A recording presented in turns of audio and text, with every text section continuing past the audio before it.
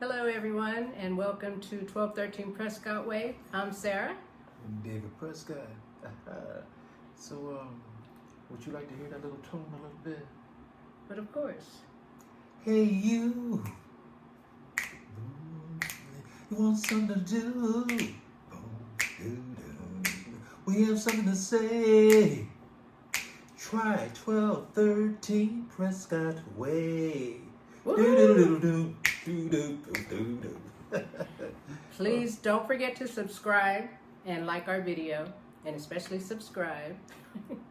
And so welcome to our video. Welcome to our channel. What do we have here, babe? We have some shrimp fried rice. And we have some mixed vegetables. Come on. And we have coconut shrimp. So what? As well as egg rolls, shrimp egg rolls. Oh my goodness. Wow. And then we have the Thai cheese sauce, sauce to go with it, to go with the egg rolls and the coconut shrimp. And then we're drinking juice. All right. Excuse me.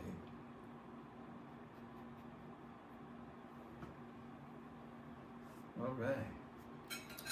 All right. I'm going to make my plate and of course offer you guys some if you so desire. Oh, butter and bread. Oh yeah. I'm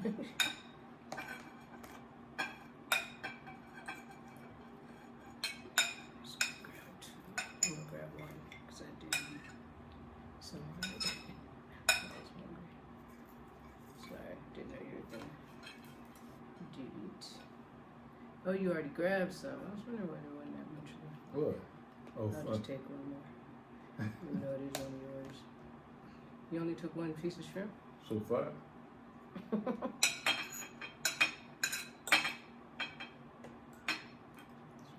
right here too. And of course, I have to give you some of my food, put it up close and personal. And I just made that shrimp fried rice with the mixed vegetables. We have baby corn, peas, broccoli, carrots, and shrimp egg rolls. And you see the coconut shrimp. We got giant flying saucer with food on it. Oh. All right. So what are you guys eating today? I didn't hear you. I heard them say they ate already. Eat with us. That's like duck sauce. Delicious. Is it?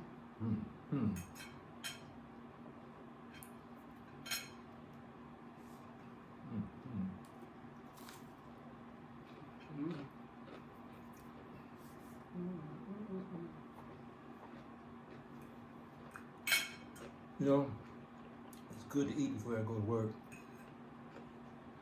And to leave off where you left off, to start where he left off was, excuse me,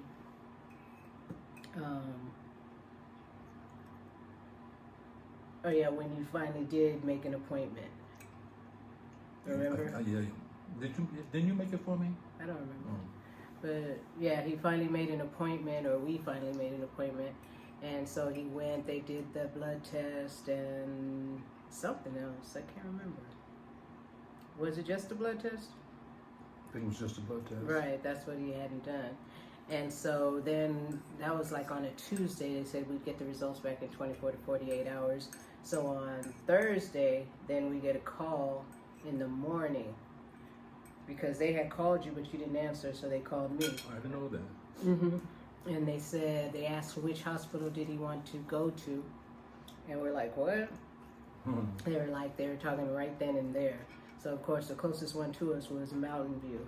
So we told them Mountain View, and they called ahead to let them know we were coming. So we go there, and they did X-ray, and did they do? Actually, I cannot think of the other one. Bone scan, I think. They did a bone scan. Definitely blood. Definitely. I'm talking about the hospital. Yep. They did all the different tests. Oh, did they? Yes. And then the doctor comes out, because we're sitting in the waiting room, and he comes out, he says, you have pancreatic cancer. And No. No.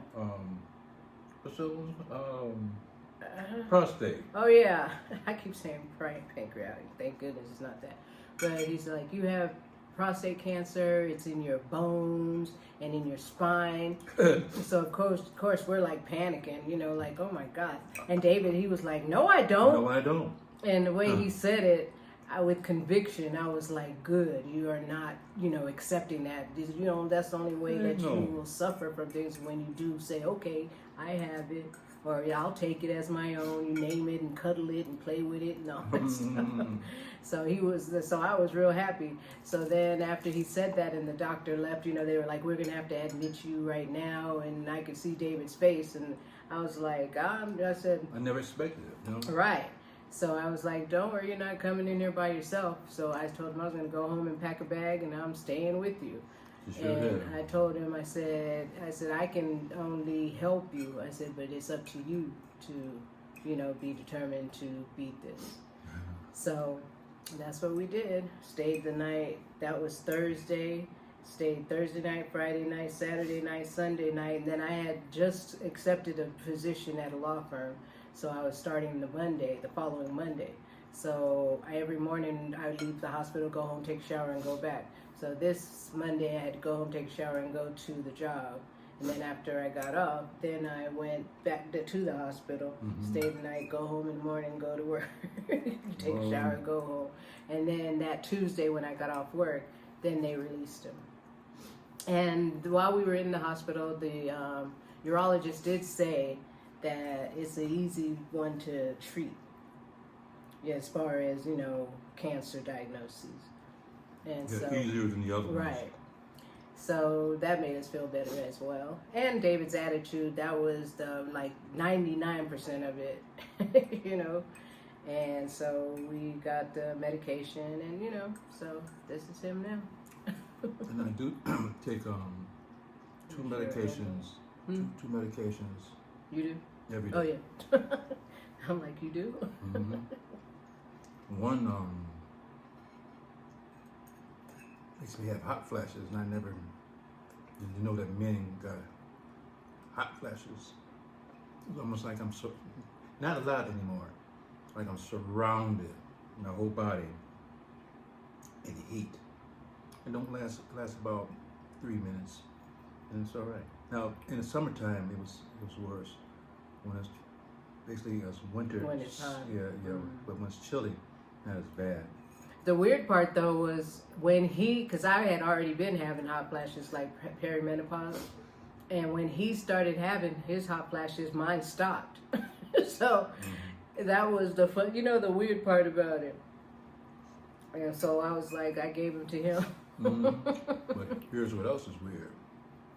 And when he says weird, but I had stopped taking one of my medications because I wasn't told about the side effects. I maybe should have done my research anyway, but I didn't. But anyways, I didn't like the side effects. I stopped taking it, and my PSA went up sky high. And the doctor said, I don't know, I didn't like the side effects of one of the medicines that I was taking. So I decided to stop taking it. What I do therefore, my PSA had gone up super high, so high that I didn't even tell my wife how high it went. She don't know this day, but after the video, she'll be chasing me through the house.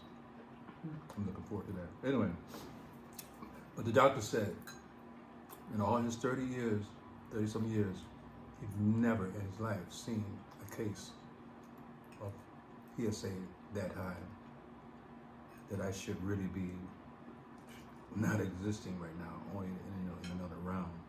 So anyway, to say this,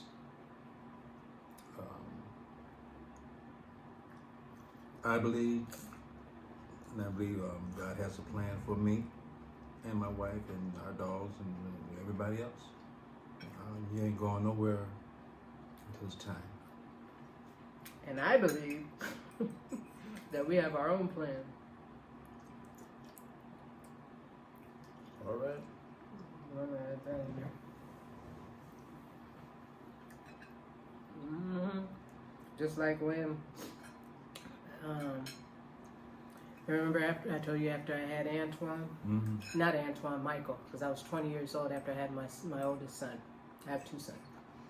And I was because I had him on a Saturday night, and so Monday morning, my mom was supposed to come to the hospital. We were going to watch, because I had a C-section. Back then, they kept you in, to make sure you were well healing and, you were progressing. And so I was supposed to stay there and get discharged on Tuesday. So Monday, my mom was going to come down and we were going to watch One Life to Live together. And so all of a sudden, like when I raised up, all of a sudden I couldn't breathe. I had a hard time. I was like, and the nurse, she sat me up because my bed was, halfway, like up like that, a quarter of the way. And then she sat me up and then I was able to breathe. So then I laid back down and then I had a hard time breathing again. So I buzzed the nurse. And as soon as she came in to help me sit up, that's when I just passed out. And when I woke up in CCCU, the cardio coronary care unit, coronary, colon, something like that. And I had IVs in both arms. I had one in my neck, and then I had the ventilator down my throat. And I opened my eyes, and I'm like, what the hell is going on? And my mom, she yelled for the nurse. She said she opened her eyes, And so, long story short. My word for long. Long story short, when I was discharged, of course, I had to stay there 8 days, because of my condition. And my cardiologist in the hospital after I had Michael, he was telling me I needed to walk, for my heart.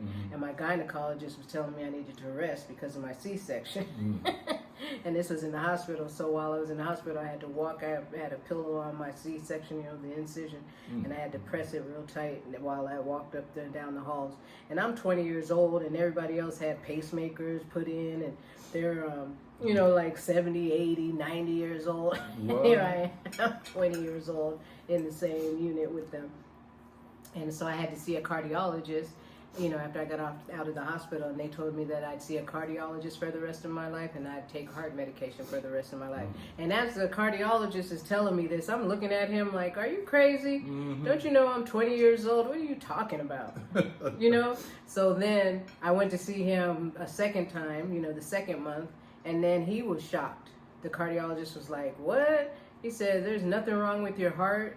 You don't have to take the medication anymore, and you don't have to see me anymore. And that was it. That's why I believe that you are in charge of your own destiny. Because the reason I say that is because you make stuff happen. You want to be a singer, you can't just sit there and pray or hope it happens, or agency fall through your roof and be like, yes, you could be. Chances are 1 in a million that is a happen chance. But 99.9% of the time, you have to go out there and make it happen. Whether you do it, if you're vibing on that same energy, and nothing is a coincidence. You draw it to you, if that's what you desire, and you put, that's what I believe. I mainly was talking about death. We don't have no control over death. No, but you have control over how you live.